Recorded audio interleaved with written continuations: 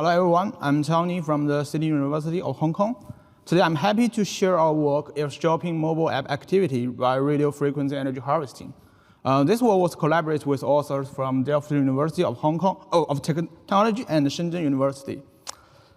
In the past few decades, we have seen the tremendous development of mobile devices and IoT facilities, such as smartphones, tablets, PCs, Wi-Fi routers, and stations.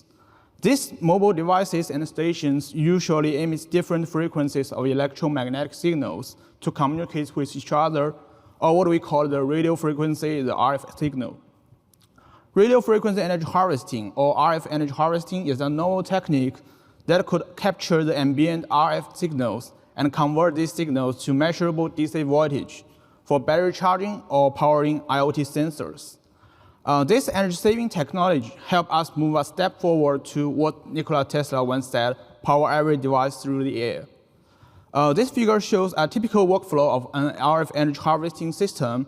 First, the wireless transmitter, such as the Wi-Fi router, radiates the RF signal to spaces for downlink and uplink data transmission.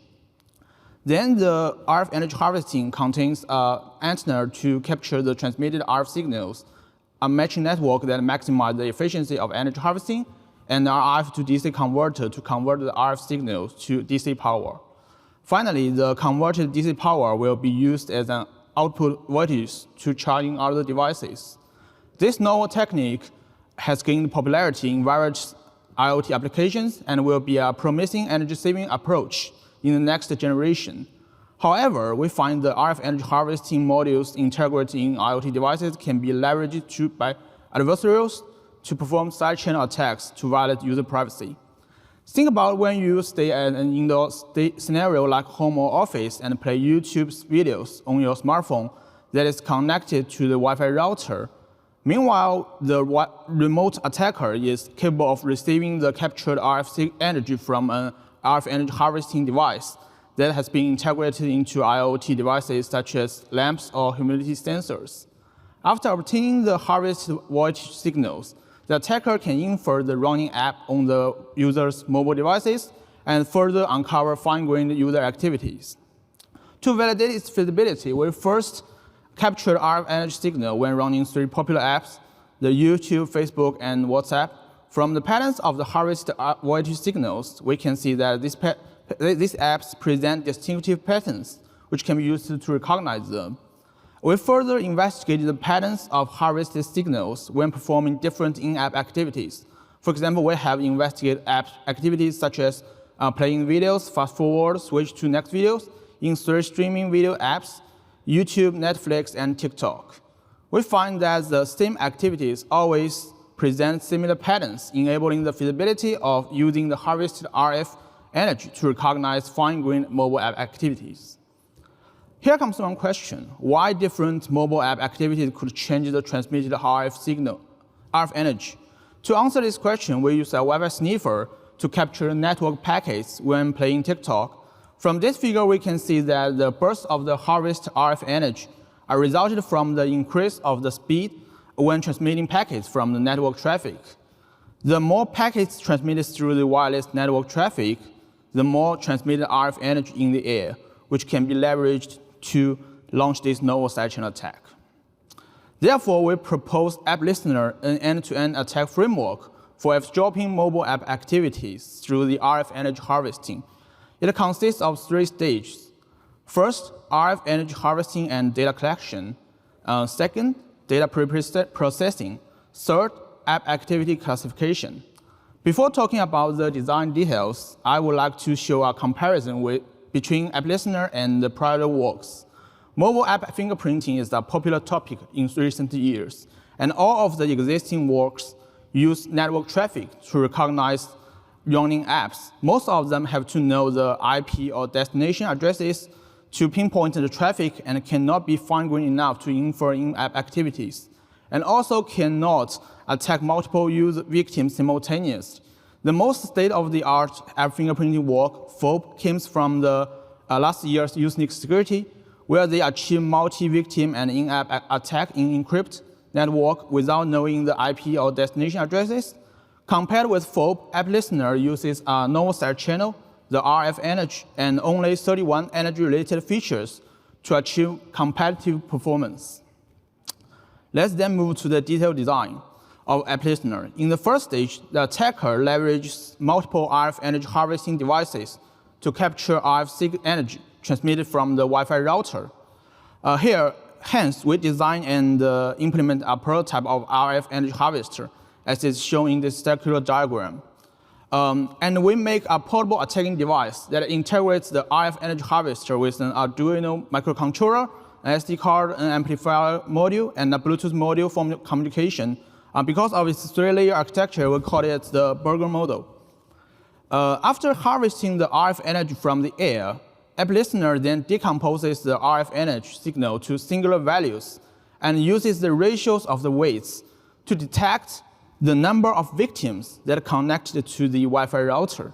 As we can see from these three figures, the weight of delta 1 decreases as the victims' number increases, where delta 2 and delta 3 increases correspondingly. That is because the harvested RF energy is a mixture of signals harvested from multiple RF sources. The contributions of RF energy induced by different victims dominate different density in the mixed RF energy signal, like the density distribution of delta 1, delta 2, and delta 3 presented. It means we can use the weight of the decomposed singular values to recognize how many victims are using the Wi-Fi network now. After detecting the specific number of victims, app listener then separates the mixed signal to individual signal that represents RF energy resulting from each app using the proposed signal separation algorithm. This algorithm is designed based on the famous fast ICA for blind source separation. When detecting the number of victims and obtaining individual RF energy signals, app listener then apply a series of pre-processing methods to process the raw RF energy data and extract features. In particular, it uses a low-pass filter to remove high-frequency noises. Then, to mitigate the impact of different distances, we normalize the harvested RF energy from 0 to 1 and remove the DC offset at the first 1 second. Finally, we extract a total of 31 features from the processed signal, including 28 time domain features and 3 frequency domain features. Finally, the extracted feature vectors will be analyzed by a 3-tier classification framework. At the first tier, the app listener decides which category the running app belongs to, since apps in the same category always present similar patterns, especially in the amplitude. After determining the category of the app listener then recognizes the special app that a victim is using on his or her smartphone. Finally, app listener leverages the harvest RF energy to comprehensively analyze all action-level app activities. We have conducted experiments by collecting data from 40 apps from 5 categories and recognize 5 in-app activity of each app. And we have conducted experiments with 3 participants in 4 common indoor scenarios: home, office, hallway, and cafe. The evaluation results show that app listener achieves over 99% accuracy in identifying the app's category. And in the second tier classification, app listener achieves about 98% accuracy in recognizing the specific app. Then in the third tier classification, app listener recognizes approximately 86% in-app activities through analyzing the harvested RF energy. Furthermore, we find that the performance in communication apps and social media apps are lower than apps from the other categories because the misprediction cases are caused by the overlapping patterns existing in harvested RF energy. We also evaluate app listener's performance in multi-victim attacks, including 40 trials of 2 victims and 40 trials of 3 victims, where app listener achieves about 93% accuracy in 2 victim scenarios and 86% accuracy in 3 victim scenarios. The degree of the performance is because of the signal separation algorithm brings extra noises into individual signals.